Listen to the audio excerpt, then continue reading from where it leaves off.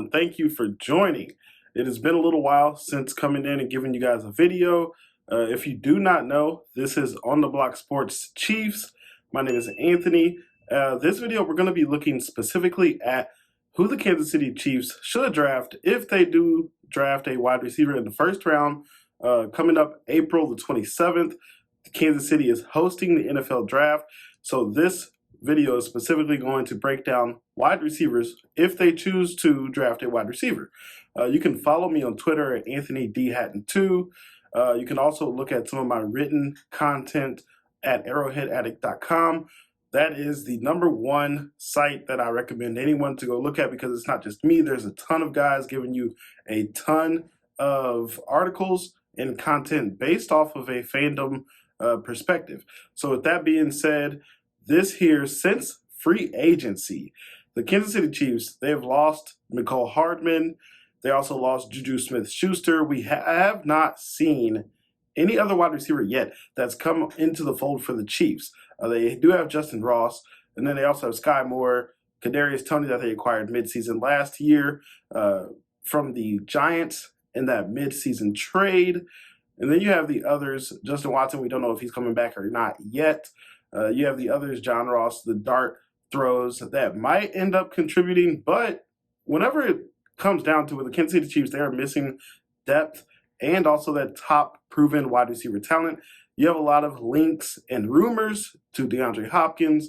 We also heard a lot about Odell Beckham Jr., which neither are going to be cheap. You have to give a compensation, whether that's money or draft picks, to acquire either of them or just to sign Odell Beckham Jr. There's reportedly that he wants at least $15 million. The Kansas City Chiefs, they're not going to go that high. They don't have the room for it. So there's not a clear #1 wide receiver, in my opinion, in this draft. You don't have the Jamar Chases. You don't have the Garrett Wilsons. But there are a lot of wide receivers that qualify for capabilities in drafting in the first round. The Chiefs should be able to get somebody at 31. If they like someone, they can also jump up. There's a lot of draft compensation that the Chiefs have, so they can always go up and get into the late teens or even the early 20s if they like someone who is falling. The Chiefs could always see just how the board plays out. So let's get right into this here. The #1 wide receiver that I think the Kansas City Chiefs should look at drafting in the first round is Jordan Addison. He's 5'11", 175, ran a 4.49 40, and I like that his age, he is 21, and I don't think he's going to be 22 until late next season. He's had a ton of production since being a freshman at Pitt. He was the best wide receiver in the nation, won the Fred Biletnikoff Award. He was a consistent All-American in 2021 as well, first team All-ACC, and then he transferred to USC and was first team All-Pac-12. What I like about Jordan Addison's game is that he creates separation, he has elite route running, and he's just a big play machine after the catch. Those are some things you might even hear across the internet. Specifically, some other things I noted here from Addison's game. He lines up everywhere. He had numerous games with a ton of production. I'm talking over 100-yard outings, receiving at Pitt and at USC. He can snag the ball, which is important for NFL wide receivers. And as I mentioned before, he's a yak beast. So Jordan Addison, he's going to get the ball, make moves, and get up the field. The first person usually does not bring him down. He plays faster than that 4.49 40 time that I mentioned above. The reason why I think he fits in Kansas City is that he shows a variety of route running, behind the line of scrimmage, screens. He can also go deep. He's a plug-and-play on day one for Andy Reid. A lot of times wide receivers for the Chiefs don't get on the field, but I think he is versatile enough to where you can actually put in Jordan Addison anywhere, and Andy Reid will find a great usage for him. He shows balance, sideline awareness, and just that route tree ability to play all the positions and learn the playbook as he displayed when he went to USC and still was productive. I think those are things that all play in favor of Kansas City drafting Jordan Addison. The one question I have with him is, can he be successful on the outside against NFL competition? So, #1, we just had Jordan Addison. #2, this guy's tape is electric. Zay Flowers, who is 5'9", 182, ran a 4.42 40-yard dash. The one thing that I do want to mention here is that his age, he's going to be 23 in September. So in my opinion, what you have is a wide receiver whose tape is phenomenal. It's jaw-dropping. He produced at Boston College, who's not known for being an amazing, touted wide receiver school. His last season was his best. So he's 23, had some mediocre production until that last season where he had 78 receptions, 1,077 receiving yards, 12 touchdowns. But what I do like about his game specifically is he had 57 career rushing attempts. Andy Reid can utilize his skill set. He had 2 rushing touchdowns, first team All ACC in 2022 and back in 2020. So some things you may see about Zay Flowers on the internet. He's a playmaker. He has elite route running again. He has that beast mode mentality, which for a wide receiver you don't see much, but he's a guy who's physical, especially at 5'9". You're going to need to make up and have the size of the dog in the fight, not necessarily be the biggest dog. So Zay Flowers, some things I noted here. He's a smooth operator, cuts on a dime. He can get in and out with his footwork. He plays big, and he knows how to get yak. He's not scared of contact or going across the middle. So Zay Flowers, you'll see him line up inside. You'll see him outside. The numbers, he fits Kansas City because he can be a day one starter right away and be natural at all 3 wide receiver positions, X, Y, and Z. This guy here, he can line up inside as the outside. He can line up inside as your slot man. He can be outside as your X. He can even be your Z and move around quite a bit. He has the best tape, as I mentioned before, and the best highlights of any wide receiver in the draft. If you look at his game tape in the film, he looks bigger than what he is measured at. He has that extra gear with the ball in his hands, and you can't measure it, but I like that he has that it factor. When you watch him, you're like, oh, yeah, he can do it. And that's for any team. The one thing that I do want to mention about the questions I have for Zay Flowers, he's 23. Is he already at his ceiling? Can he learn quite a bit and be utilized? Are you going to be able to sign him for a second contract? Those are things that you just want to keep in mind with somebody who's 23 years old as a rookie. Number 3, for the Kansas City Chiefs, who they should look at in the draft for wide receivers, if they go with one in the first round, is Jackson Smith-Njigba. 6'1", 200 pounds. He ran a 4.48 40-yard dash. What I do like a lot is that he's 21 years old, and just in general, some people say that Quinton Johnson is the best wide receiver. Other people will say Jordan Addison. In my opinion, you're looking at Jackson Smith-Njigba, who is the absolute high floor of any wide receiver in this draft. He had a great 2021. That was the year Ohio State had Garrett Wilson and Chris Olave, who were tremendous as wide receiver rookies in the NFL last year, but he was the most productive out of the 3. JSN, as you can call him, he had 95 receptions that year, 1,606 receiving yards with 9 touchdowns. He had a hamstring injury that plagued his last season in Ohio State, but what you can see is that he has elite quickness. He has a great ability to run routes. He's extremely dominant in the slot and in the middle of the field. He finds open space. What I like the most about him specifically is that he finds open space. He can read zone coverage tremendously. He has good hands. He can snag the ball.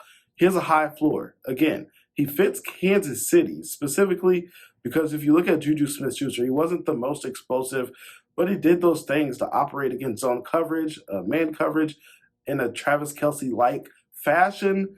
I see JSN as somebody who can replace Juju Smith production as the number 1 wide receiver in NFL, for the Chiefs, even if he's somebody who is not extremely dominant as a downfield threat, who doesn't have that top end speed. He's somebody who is quarterback friendly. When you're looking at wide receiver, things that will get you on the field right away. If you show the numbers to the quarterback, you come back to the ball, you know how to adjust to coverage. Those are all things that make you leap forward in comparison to other rookies And those are things that he's automatically going to know. He just has an instinct for it. He's reliable. He has that natural feel and IQ. JSN, he's also tough. He fights for yards after the catch. He just is nuanced as a wide receiver. So, in my opinion, he is number 3 for who the Kansas City Chiefs would like to draft. The questions that I have is, does he have enough speed and athleticism? Can he be lined up on the outside and still be effective? And just overall, because he doesn't have supreme athleticism, what is his ceiling? So number 3, JSN. Number 4 is going to be the complete opposite. Jalen Hyatt out of Tennessee, 6 foot, 180, ran a 4.4 40-yard dash. What Jalen Hyatt brings to the table is just speed. He's going to be 22 in September. In my opinion, you have somebody who is boom or bust. And that is evident by his collegiate career. In 2022, he broke out and ended up being the best wide receiver in the nation. He was awarded the All-American status, the Fred Bilikinoff Award for the best wide receiver in the league, in college, 67 receptions, 1,267 yards, 15 touchdowns. And he was a first-team All-SEC, of course. If you're going to be All-American, you're probably going to be number 1 and first team in your conference. Everybody knows him from the Alabama game. But with Jalen Hyatt, you're going to see that explosive downfield threat, impressive straight line speed. He's a wide receiver that brings oohs and ahs. And if you don't watch it, if you're not cautious, you will fall into the tape and just be lost and think he's the best wide receiver in the NFL draft. And it's possible. He has the highest ceiling if he absolutely taps in to that speed and if the right team utilizes his skill set. Just first, crazy speed. He looks faster than that 4.4 40 time. He just pulls away from defenders. And he has the pull away speed. He creates a gap and gets behind defenses routinely. He's a big playmaker. And with Jalen Hyatt, he just fits Kansas City due to pure speed. He's not lacking the size. Usually with speedsters, you'll see them sub 6 feet tall. He measured in at the combine at being 6 foot and 180. So he's not going to be extremely frail or small in that sense. There's a lot of questions with Jalen Hyatt. He's definitely fast, but does he have the running style and form? As you can look at film, he's always running high and upright. Does that limit his abilities to learn a full route tree? Is he only a one-year wonder? There's things also that you really want to see out of him. Can he make jump balls and can he snag the ball out of the air? His hands for Jalen Hyatt are just a little bit in question. But with that skill set, you really would like to see him be a returner as well. So you're not just putting Kadarius Toney and Isaiah Pacheco back as your returners when you're considering that they're going to be your starting running back and possibly your number 1 wide receiver.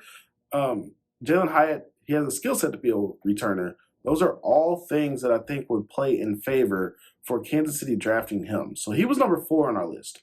Number 5, I've mentioned him just for a quick second. Quinton Johnson out of TCU. He has the size and athleticism, 6'3", 210 pounds. He ran a 4.49 40. Depending on who you ask, it may be up to 4.46. Either way, he's in that 4.4 range. Quinton Johnson, he's going to be 22 in September. Now, I think his best season was last year. The one thing you would like to see from somebody who is 6'3" is you want to see him get into the end zone. He had 60 touchdowns, 1,069 yards. He only had 6 touchdowns, though. So, of course, that's good to see. But at the same time, he's 6'3". You would expect to see somebody going against Big 12 corners to put up more than 6 touchdowns.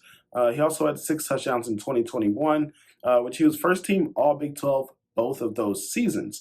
So the things, obviously, as I mentioned before, with Quinton Johnson, you have size and athleticism and just pure upside to be wide receiver 1, the prototypical wide receiver 1 in the NFL. The things that go in favor whenever you look at the film, he dominates go routes, but he's not just limited to that. He can line up inside. He doesn't run a full route tree, but at the same time, he does line up outside and inside, and that is something that is extremely usable in an Andy Reid system. He has the burst. Quinton Johnson is not easy to tackle. He makes some spectacular catches. He tracks the ball extremely well down the field, which we've seen at times for the Chiefs. Patrick Mahomes, he may be off just a tad on some of his downfield throws, but also the only wide receiver he's ever had to really track deep balls is Tyreek Hill. So now you have somebody who's 6'3" that does that extremely well. He has a quick move right after the catch to get a lot of yards. What you see is Quinton Johnson Hill catch the ball. He can do a quick peek while securing the pass and look to see where the defender is, where the corner is, and do a quick turn to get away, evade the contact, and get north up the field. He's a mismatch in man coverage.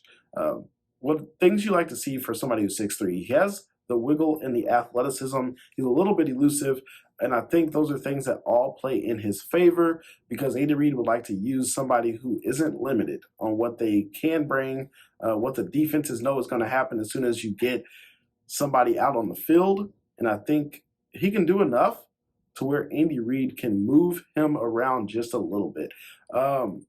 He's a little bit iffy on whether he fits in Kansas City, but with that size and athleticism, he brings something that Patrick Mahomes has not had as a wide receiver. He is somebody who could be a stud wide receiver one in the NFL. I'm talking about the top tier wide receivers, and a lot of times you saw Tyreek Hill not get that same amount of love because he's miniature in size. But whenever you have Quinton Johnson's size and you mix in his athleticism, it's clear that he has the chance to be one of those top wide receivers in the NFL. Now, I think here, the questions that I have, can he run routes consistently, clean routes? Because a lot of times you see on film, he'll just win based off of his natural athleticism and his size and his speed. But you have to be able to run routes in the Andy Reid offense in that West Coast style, and Patrick Mahomes has to trust that you can be somewhere at the right time. Can he catch with his hands more than with his body? Sometimes you get concerns for drops because he lets the ball fall instead of actually snagging the ball out of the air. That's something that NFL scouts look for, is who can actually pluck the ball out of the air, who can snag it. Will he be limited, and can he play everywhere, and can he run all the routes? Those are pretty much the concerns that I have with him. So let's do a quick recap here. Jordan Addison, he has the highest floor. In my opinion, you're looking at somebody who is, I've noted as being like a Terry McLaurin comparison. Zay Flowers, who I was number 2, has the best tape, and he fits everywhere on offense day one. I consider in my comp for Zay Flowers, you're looking at somebody who's like a Steve Smith Sr., a little bit smaller, but he plays huge. Number 3, Jackson Smith and Jigba. So the JSN, what I think whenever you have JSN, he's the most quarterback friendly. He has the IQ and he has the routes. He won't kill you with his speed. So in my opinion, the JSN comparison NFL comp currently is Keenan Allen. Number 4, Jalen Hyatt. You just have that speed and the ceiling that is unmatched. Will Fuller, looking at somebody who's like a McCole Hardman. So that speed is something that the Chiefs can always use. Number 5, Quinton Johnson, the prototypical wide receiver one with his size and speed combination. That is somebody who I didn't really have a good comparison for, to be honest. If you look at his film, you can see traits of a Randy Moss, kind of like a poor man's Randy Moss. And I know that's comparing him to one of the best wide receivers ever. So you're looking at the NFL comps for each of those wide receivers that I listed as being number 1 first-round options for the Kansas City Chiefs. Everybody, tell me what you think in the comments. Will the Chiefs draft a wide receiver in the first round?